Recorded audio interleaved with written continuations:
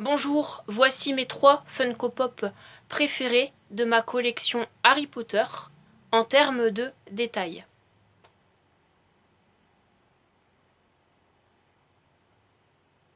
Bellatrix Lestrange en première place.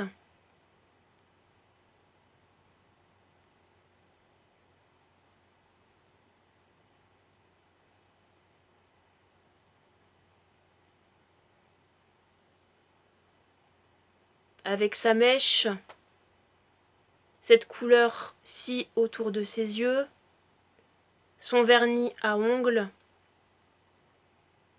sa tenue de sorcière mange-mort, j'adore. Et ses cheveux, mais regardez-moi ça, c'est juste magnifique. Je l'adore, cette Funko Pop. Je continue.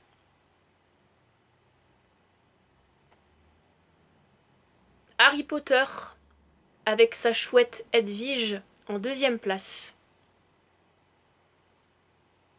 Avec sa cape Gryffondor, ses gants, l'élément le plus reconnaissable pour cette version-ci de Harry Potter en Funko Pop, c'est l'écharpe de sa maison.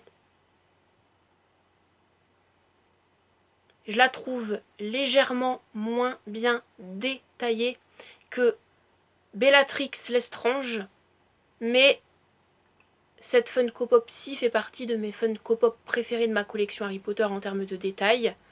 Elle vaut largement bien cette deuxième place. Elle est très très jolie. J'aime beaucoup beaucoup.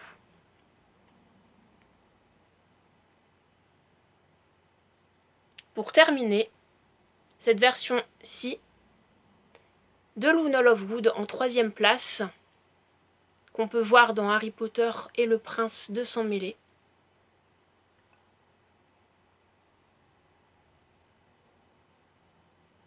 Je trouve que sa tenue fait vraiment serre d'aigle, même si ce n'est pas pour cette version-ci son uniforme scolaire serre d'aigle.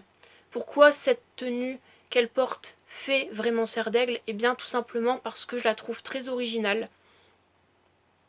C'est une tenue très créative et très symbolique pour ce personnage qui rend cette Funko Pop unique. Une araignée juste ici. Ses cheveux vraiment encore plus longs que dans Harry Potter 5. Ils ont vraiment bien respecté ça, parce que ça descend bien fort bas. Sa crinière de lion, incroyablement magnifique. La tête de lion. Alors je préfère pas la mettre soit en première place ou soit en deuxième place, tout simplement parce que je la trouve trop détaillée. Mais elle vaut bien cette troisième place.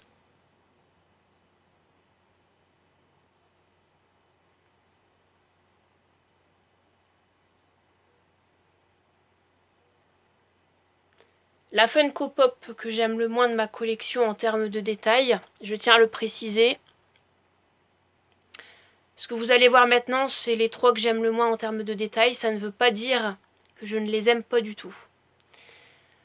En première place, Drago Malfoy avec son uniforme Serpentard. Je la trouve trop simple, même si elle est jolie. Alors je sais qu'il existe une autre version de ce personnage en Funko Pop. C'est la version où il doit tuer Albus Dumbledore dans Harry Potter 6, le prince de sang mêlé. Là où il y a sa marque des ténèbres sur l'un de ses 2 bras. J'ai vu des photos sur Instagram concernant cette version-là en Funko Pop et je tiens à vous le dire que j'adore cette autre version de lui. J'espère qu'en magasin, cette autre version de lui sera en vente, car ça serait avec grand plaisir que je l'achèterai, si je le peux. Ça complétera cette version si trop basique de ce personnage.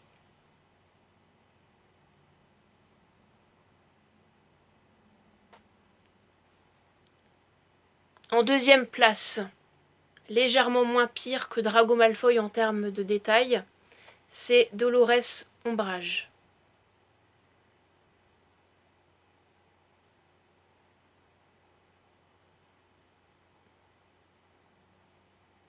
Pour terminer,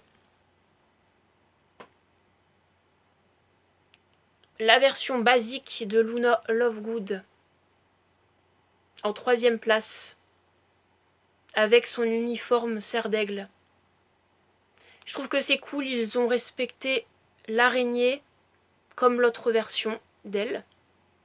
Ce qui est bien aussi, c'est ses boucles d'oreilles que je trouve vraiment bien symboliques du personnage dans son originalité et dans sa créativité. Elle est jolie tout en étant simple, mais pour moi elle est un peu trop simple. Mais je la trouve plus jolie en termes de détails que la version de Drago Malfoy avec son uniforme Serpentard et que Dolores Ombrage tout simplement. Voilà.